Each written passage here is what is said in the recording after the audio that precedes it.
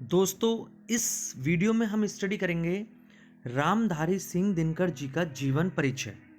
बात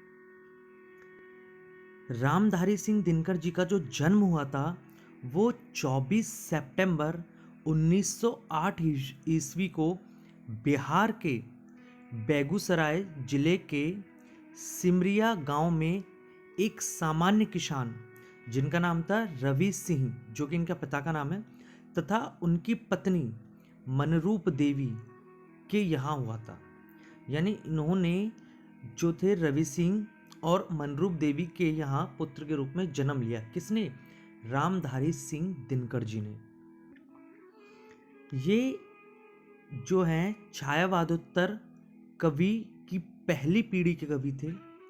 जो वादोत्तर कवि थे उनकी पीढ़ी के पहली पीढ़ी के जो कवि रहे वो आपके रहे कौन? रामधारी सिंह दिनकर।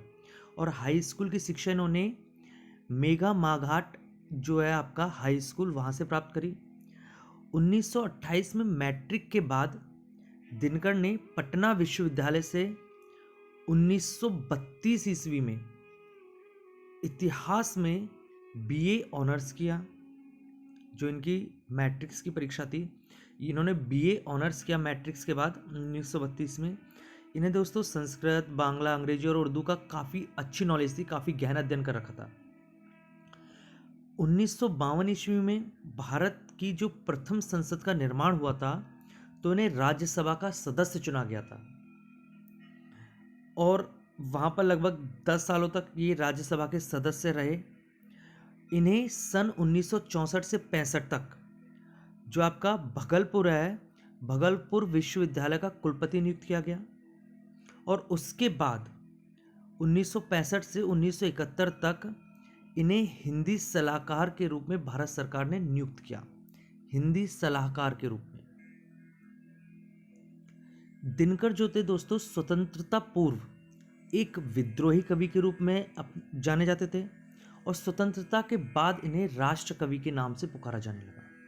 यानी जब तक देश आज़ाद नहीं हुआ था उससे पहले इन्हें विद्रोही कवि, इनकी कविताएं ऐसी होती थी अंग्रेजों को ना कांटे की तरह चुभती थी, और जब देश आज़ाद हो गया तो उन्होंने अपने देश में सुधार करा तो इन्हें एक राष्ट्र कवि के रूप में जाना जाने लगा।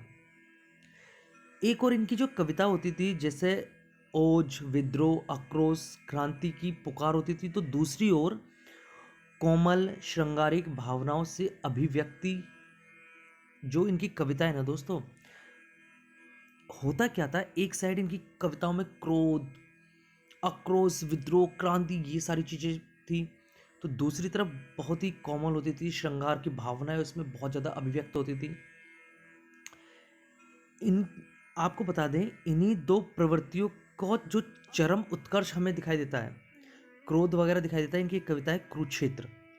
उसमें क्रोध, आक्रोश, विद्रोह, क्रांति ये सारी चीज़ें दिखाई गई। और एक इनकी वो है जो इन्होंने लिखी है उर्वशी।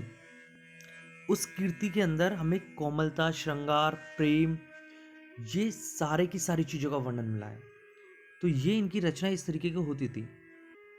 इन्होंने अनेकों काव्य कीर्तियाँ की हैं दोस्तों, उनमें से कुछ इंपॉर्टेंट आपको याद होनी चाहिए, जैसे कि बारदौली विजय संदेश, प्रणभंस, रेणुका, हुंकार, रसवंती, दुंदुगीत, कुरुक्षेत्र, धूप छांव, इतिहास के आंसू, धूप और धुआं, रश्मिरथी, नीम के पत्ते, उर्वशी, परशुराम की प्रतीक्षा, आत्मा की आंखें, ये इनकी काव्य कीर्तियाँ हैं।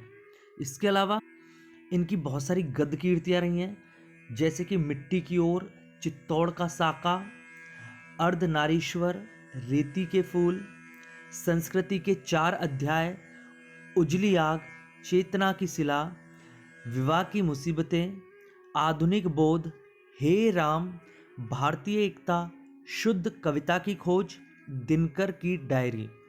इसमें से जो प्रमुख है दोस्तों हे राम जब पूछा जाता है ना कि ये किसकी गद्य कृति है, तो ज़्यादातर बच्चों को लगता है ये गांधी जी की है, बल्कि ये किसकी थी? रामधारी सिंह दिनकर की। बात करें इन्हें सम्मान की दोस्तों, तो भारत के प्रथम राष्ट्रपति कौन थे? डॉक्टर राजेंद्र प्रसाद जी। ने इन्हें 1959 में पद्म विभूषण से सम्मानित किया था। 1968 में राजस्थान विद्यापीठ ने इन्हें साहित्यिक चूड़ामणि से सम्मानित किया था। 1972 में काव्य रचना उर्वशी के लिए उन्हें ज्ञानपीठ से सम्मानित किया गया है। और 1999 में भारत सरकार ने, इनकी मृत्यु के बाद 1999 में भारत सरकार ने इनकी स्मृति में डाक टिकट जारी किया है। आपको डाक टिकट का फोटो दिखाई दे रहा होगा, ठीक है। और इनके निधन की बात करें दोस्तों, तो रामधारी सिंह दिनकर का निधन 24 अप्रैल 1974 में बेगूसराय बिहार में हुआ था। इनकी जो मृत्यु हुई थी। तो दोस्तों ये रामधारी सिंह जी का दिन वो था, पूरा का पूरा जीवन परिचय। तो इससे आप थोड़ा सा देखिएगा, समझिएगा। अगर आपको वीडियो अच्छी लगती है तो ज़्यादा से ज़्यादा लोगों को शेयर कीजिएगा और हमारे चैनल हिट योर टारगेट को प्लीज़ सब्सक्राइब कीजिएगा, लाइक कीजिएगा, कमेंट कीजिएगा। जय हिंद, जय भारत।